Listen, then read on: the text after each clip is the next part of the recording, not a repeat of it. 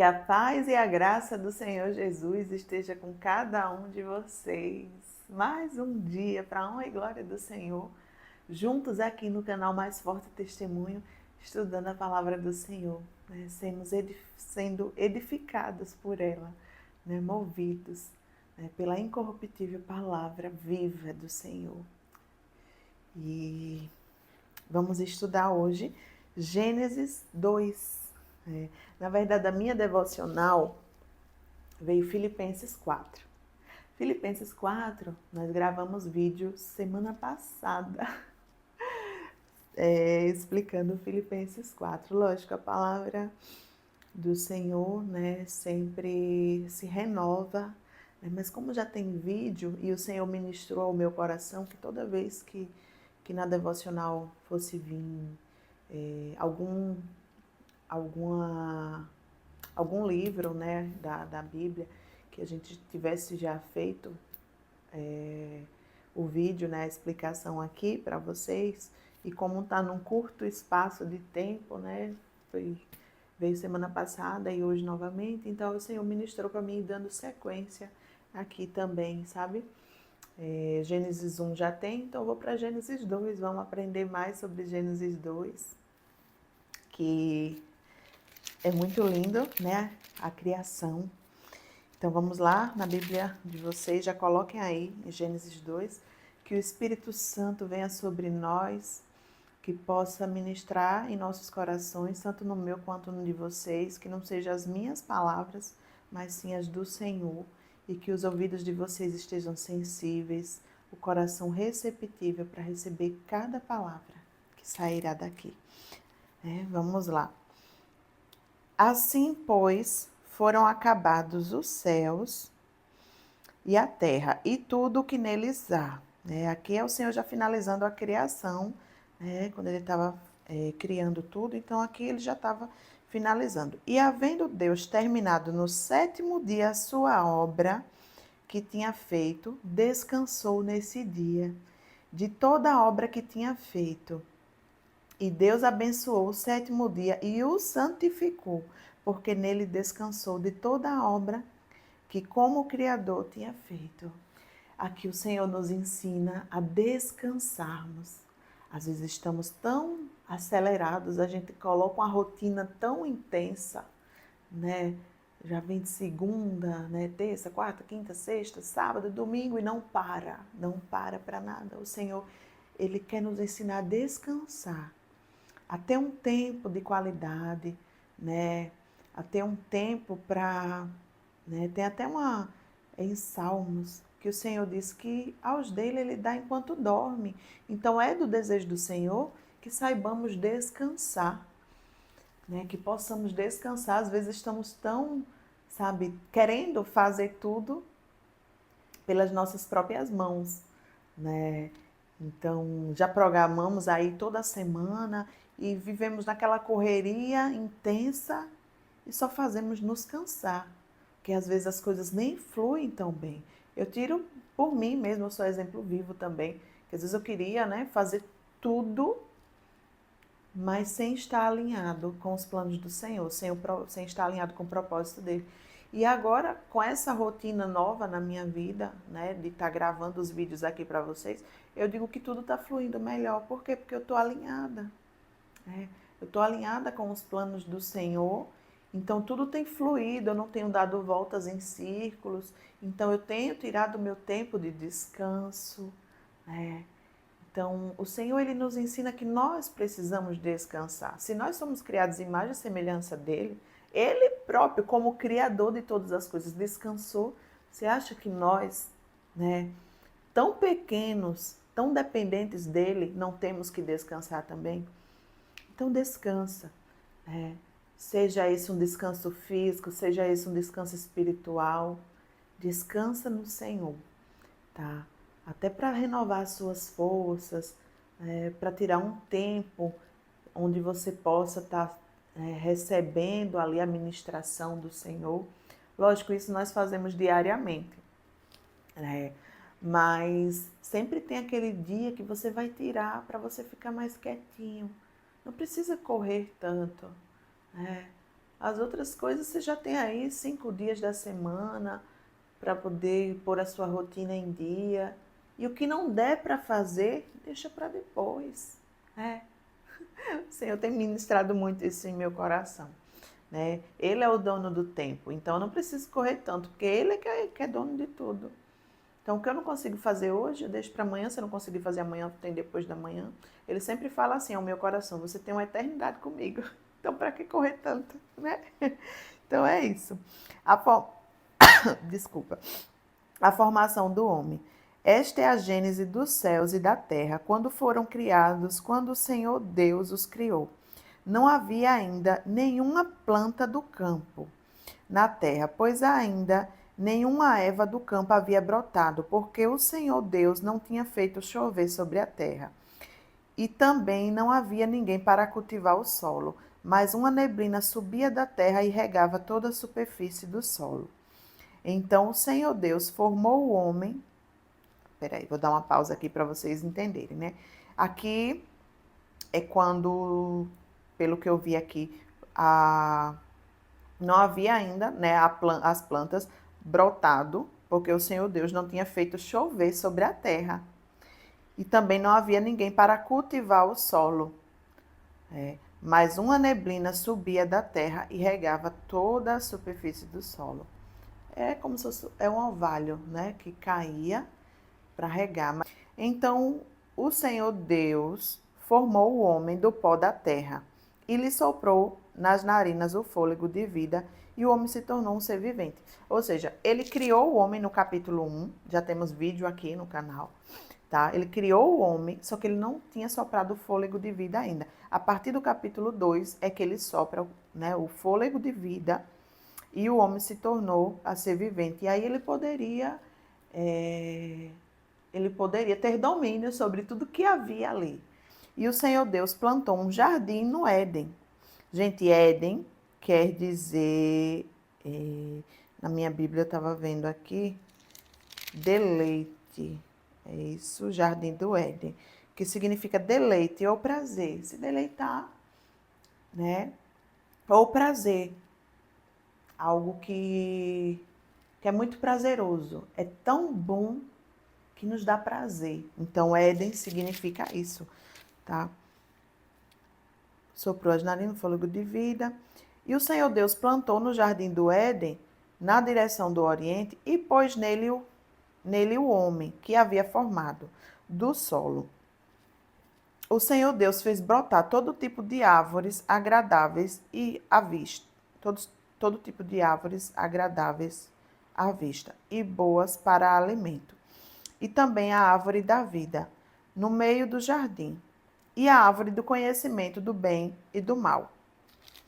Toda obra que ele completa em nossa vida é boa, né, gente? O Senhor, ele faz tudo perfeito. Ele já deu, no caso, tudo que havia ali, ele planejou, né? Ele fez tudo certinho. As árvores já davam frutos. Por quê? Porque precisava alimentar Adão, né? Precisava alimentar o homem que já tinha vida. Então, ele já foi fazendo ali, dando os frutos, né, para poder alimentar Adão. E já era tudo perfeito, como vocês viram, né? Já tinha uma neblina, o Senhor não tinha feito chover ainda, Deus não tinha feito chover, mas já tinha uma neblina que regava ali as plantas, né, para poder manter vivos, né? Então é tudo perfeito. Toda obra que Deus realiza na nossa vida é perfeita demais. Aí aqui ele vai falar dos rios. E um rio saía do Éden para regar o jardim, e de lá se dividia, repartindo-se em 4 braços. O nome do primeiro é Pison, que rodeia a terra de Ávila, onde há ouro. O ouro dessa terra é bom. Também se encontra lá bedélio e a pedra de ônix. O nome do segundo rio é Gion. É o que rodeia a terra de Cuxi. O nome do terceiro rio é Tigre. É o que corre pelo leste da Assíria. E o quarto rio é o Eufrates. O Senhor Deus tomou o homem e o colocou no jardim do Éden para cultivar e o guardar. E o Senhor Deus ordenou ao homem. Vamos lá. De toda árvore do jardim você pode comer livremente, mas da árvore do conhecimento do bem e do mal você não deve comer, porque no dia em que dela comer, você certamente morrerá. Gente, é interessante aqui, pontos que eu marquei, né? Deus, ele não trabalha escondendo nada de nós. O Senhor, ele não trabalha, né? Como eu sempre digo, né? Deus não trabalha na mentira, ele não age na mentira. Ele foi bem claro aqui, ó. Quando ele colocou, é, quando ele colocou Adão lá, ele falou, né? Sobre a árvore da... Só Deus fez brotar todo tipo de árvore. Ele já tinha colocado, né? A árvore da vida, e lá também tinha a árvore de conhecimento do bem e do mal.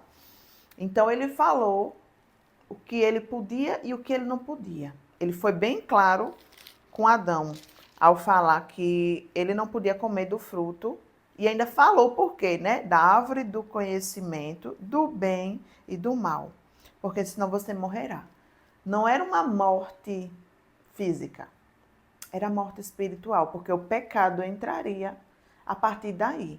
Então Deus, ele não age na mentira, né? Adão, ele estava, né? Ele agia ali, ele estava no seu estado perfeito, né? Ele era livre de toda a malícia. Né? Ele vivia algo que ninguém jamais viveu, porque ele não tinha o mal. Então ele vivia ali em perfeito estado já. Né?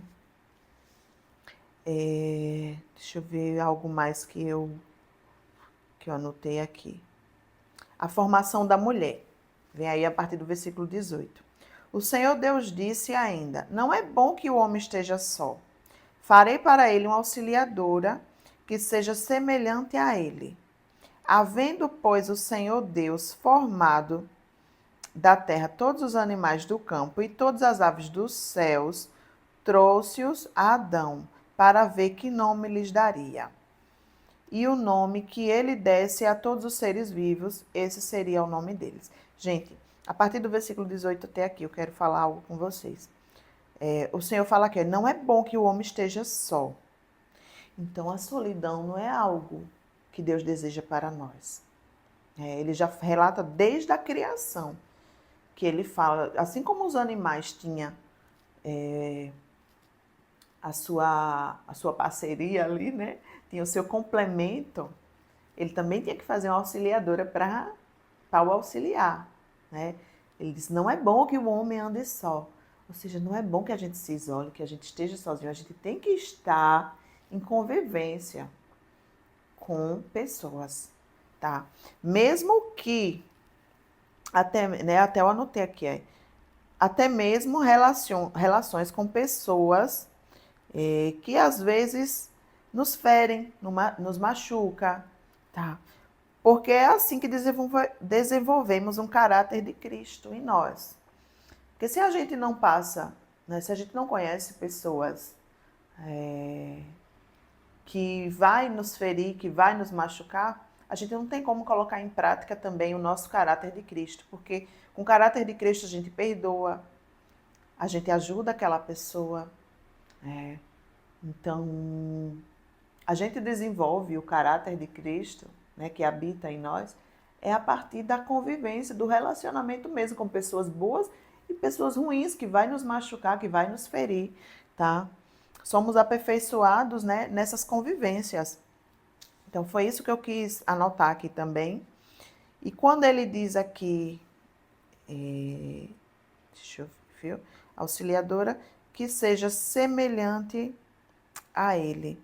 Havendo, pois, o Senhor Deus formado. Aí quando ele fala, deu a ordem para Adão, né, ele fala para Adão colocar o nome. Ou seja, gente, Adão, ele já era um ser inteligente, inteligentíssimo, porque você imagina, ele que deu o nome para todos os animais, né? Todos os animais do campo, todas as aves dos céus, né? Ele que deu o nome a cada um, ou seja, Adão, ele já tinha uma inteligência, né? Ele já era inteligente, e a gente vê que ele tinha uma comunicação com Deus, né? Se comunicava de forma tão perfeita com Deus. Ele era muito inteligente, né? E aqui prova essa sua inteligência, né? Quando ele deu o nome para os animais. E deixa eu ver o que mais que eu anotei. A partir do versículo 20, né? Eu já falei da sinceridade de Deus, que Deus, né, não esconde nada de nós. E com isso nós temos que aprender. Falei sobre a solidão também, que não é bom, né? Que a gente se isole. A gente, às vezes, né, o que o inimigo quer é isso, é que a gente fique sozinhos, que a gente se isole. Mas Deus não, Deus quer que a gente esteja se relacionando. Tá? Como ele disse aqui, não é bom comer fique só. No versículo 20, o homem deu o nome a todos os animais domésticos, às aves dos céus e a todos os animais selvagens. Mas para o homem não se achava uma auxiliadora que fosse semelhante a ele. Ou seja, ele mesmo, Adão, repara como Adão era inteligente. Ele que foi dando o nome aos animais ali, né, dando o nome, e ele vendo que cada um tinha o seu pazinho. Mas ele era tão inteligente que ele viu que não tinha nenhum ali que fosse imagem dele, assim, se parecesse com ele para, né, para lhe ajudar, para ser sua companheira. Ele viu, ele não poderia olhar para uma leoa e dizer, eu quero a minha companheira, a minha auxiliadora vai ser uma leoa, porque ele viu que era totalmente diferente dele. Olha que inteligência de Adão, né? Então o Senhor Deus fez cair em um pesado sono sobre o homem e este adormeceu. Tirou-lhe uma costela e fechou o lugar com carne. E da costela que havia tirado do homem, o Senhor Deus formou uma mulher e a levou até ele. E o homem disse, esta afinal é osso dos meus ossos, é carne da minha carne. Será chamada varoa, porque do varão foi tirada. Por isso o homem deixa pai e mãe e se une à sua mulher, tornando-se os dois uma só carne. Ora, um e outro, o homem e a sua mulher, estavam nus e não se envergonhavam. Gente, voltando desde o versículo 20 aqui, né? Desde da costela, né? Eu até me lembro a piada que o povo costuma fazer, né? Que a mulher foi feita da costela. Imagine se fosse do filé, né? Piada com as pessoas que a gente já ouviu. Vocês sabem que todo mundo, eu acho que já ouviu essa piada. Mas, olha, a combinação, né? Todos nós somos filhos, né? Assim, vimos da genética entre a junção de Adão com Eva, né? A combinação genética nos faz. É por isso que, assim, cada um, que foi a mistura dos dois. É por isso que nós todos não somos iguais, semelhantemente, né? Somos parecidos, mas não iguais, porque foi a junção genética dos dois. E aí resulta em cada um, né, de diferente fisionomia, né? Mas nós somos, né, fomos feitos, né, com a semelhança dele.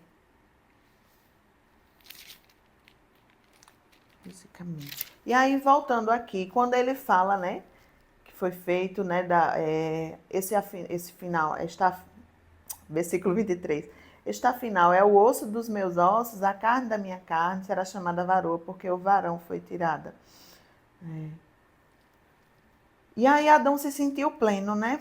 Adão se sentiu pleno porque agora ele já tinha a varoa, né? Ele já tinha uma auxiliadora para estar ali do lado dele, ele não estava mais só.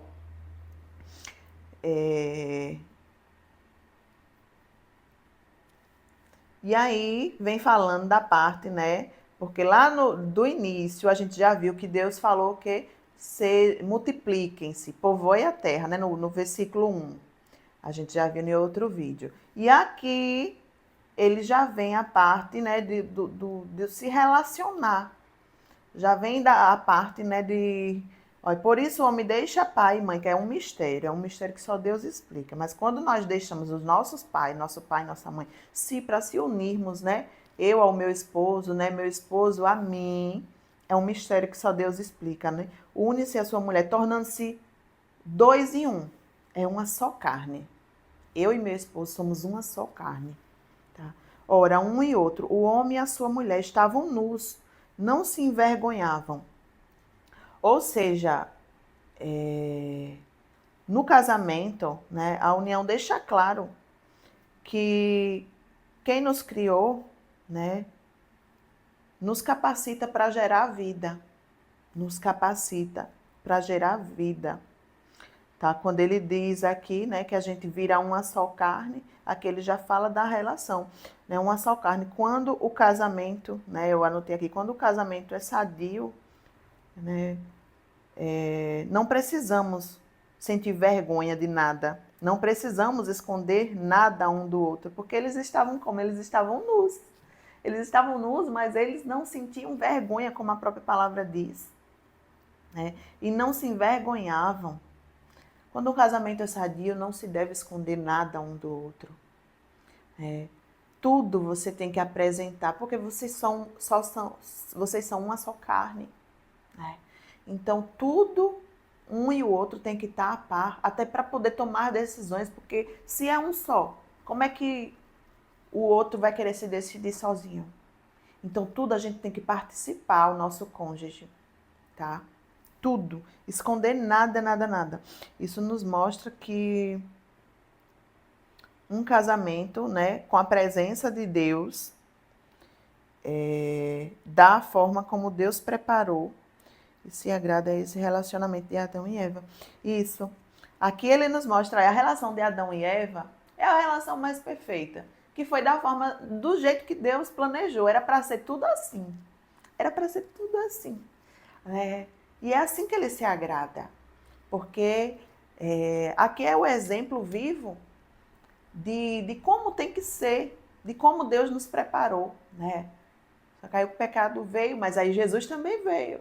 Jesus também veio e nos santificou, né? Nos santifica todos os dias, nos remiu dos nossos pecados. Né? Mas aqui tem um exemplo vivo de como é o casamento que Deus criou. Ele não tinha vergonha, tá? Ele nos criou para gerar frutos, para dar filhos, quando ele diz, desde o início do capítulo 1, quando ele diz ali, multipliquem-se.